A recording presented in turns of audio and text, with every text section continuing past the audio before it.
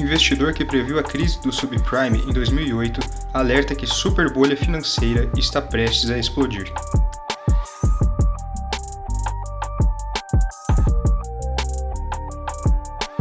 O famoso investidor Jeremy Grantham, fundador da empresa de investimentos GMO, vem desde 2021 alertando para um colapso financeiro sem precedentes na história da economia moderna, que deverá abalar os mercados de ações, criptomoedas, títulos e imóveis.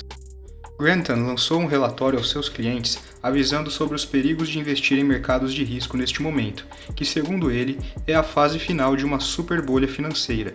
O mega investidor disse que o tempo em que estamos vivendo é um dos tempos onde grandes fortunas são construídas e desperdiçadas, dependendo do nível de ganância dos investidores. Jeremy Grantham afirma que o longo bull market em curso desde 2009 finalmente amadureceu em uma bolha épica de pleno direito, apresentando supervalorização extrema, aumentos explosivos de preços, emissão frenética de moeda e comportamento histericamente especulativo dos investidores. Grantham acredita que este evento será registrado como uma das grandes bolhas da história financeira, junto com a bolha do Mar do Sul, a crise de 1929 e a bolha do .com nos anos 2000.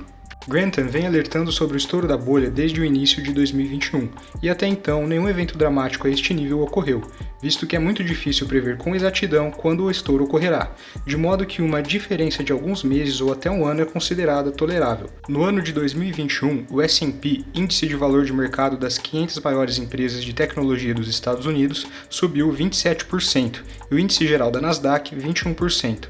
Já o Bitcoin apresentou 138% de valorização, um cenário totalmente oposto a uma queda de mercado. Porém, logo agora, em 2022, os alertas de Grantham começam a fazer sentido e estão gerando um verdadeiro alvoroço entre os players do mercado financeiro. O primeiro mês de 2022 já está sendo chamado de Janeiro Vermelho. Entre a maior alta de janeiro e o fechamento do pregão na última sexta-feira, o S&P caiu 8,3% e a Nasdaq cerca de 13%. Já o índice VIX, que rastreia a volatilidade e serve como um medidor do medo no mercado financeiro, disparou 73%. Enquanto isso, o Bitcoin, desde sua última máxima histórica em 10 de novembro, vem acumulando uma expressiva queda de 46%, intercalada por algumas breves recuperações não superiores a 11%. Se as previsões de Grantham estiverem corretas, a atual queda dos ativos de risco pode ser o início de algo muito maior e muito mais danoso à economia e aos investidores em escala global.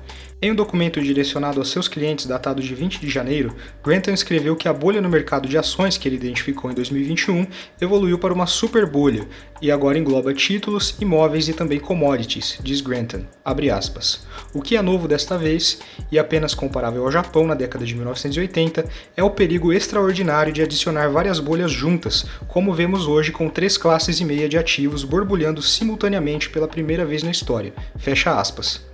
O investidor complementa dizendo que o pessimismo ainda não tomou conta do mercado de forma incisiva e que quando isso acontecer, testemunharemos a maior redução potencial de riqueza na história dos Estados Unidos. Being slightly generous is 2,500. And most of the great bubbles, the super bubbles, go below trend and stay there for quite a while. In the Greenspan era, that tendency stopped. In 2000, yes, the Nasdaq came down 82%, which was fairly brutal. Amazon came down 92%. But the Federal Reserve raced to the rescue so loudly and strongly that they stopped the decline in the S&P at trend line. It only declined 50%. 50% is a hell of a big decline, but it was only enough to get it back then to trend. This time trend is at most 2,500. And I would expect, even if the Federal Reserve tries to do the same, it will be hard to prevent the market from declining to that level. Até o momento, o evento dramático previsto por Grantham não aconteceu. Então, o que falta para a bolha estourar? Valorizações irracionais sozinhas não têm o poder de provocar uma derrocada do mercado. As valorizações irracionais na bolsa japonesa nos anos 80 não foram por si só o estopim para a grande queda, nem o disparo dos preços das ações de tecnologia nos Estados Unidos foram o gatilho que iniciou a crise do .com nos anos 2000. Em ambos os casos, o fator crucial para o estouro da bolha foi o aumento da taxa de juros. No Japão, o aumento da taxa de juros que ocasionou o estouro foi de 2,5% 4,5% para 6%. Já nos Estados Unidos, o aumento foi de 4,75% para 5,75%. Em tempos de criação de bolhas financeiras, expansão da base monetária e de emissão desenfreada de moeda, os governos começam a se preocupar com o aumento da inflação e, para contornar este problema, aumentam a taxa básica de juros de seu país, a fim de dificultar o crédito e desaquecer a economia, para assim conter o aumento dos preços de produtos e serviços. Trazendo este raciocínio para um contexto mais atual, podemos observar que nos últimos 2 anos os Estados Unidos vêm praticando uma política monetária de incentivos artificiais para estimular o mercado em tempos de pandemia, adotando práticas como abaixar a taxa de juros, comprar títulos de dívida, realizar flexibilização quantitativa, que é basicamente imprimir dinheiro, e a consequência dessas medidas foram a fuga de investidores da renda fixa para a renda variável, uma vez que as taxas de juros próximas a zero tornaram os investimentos em títulos de dívida extremamente desinteressantes.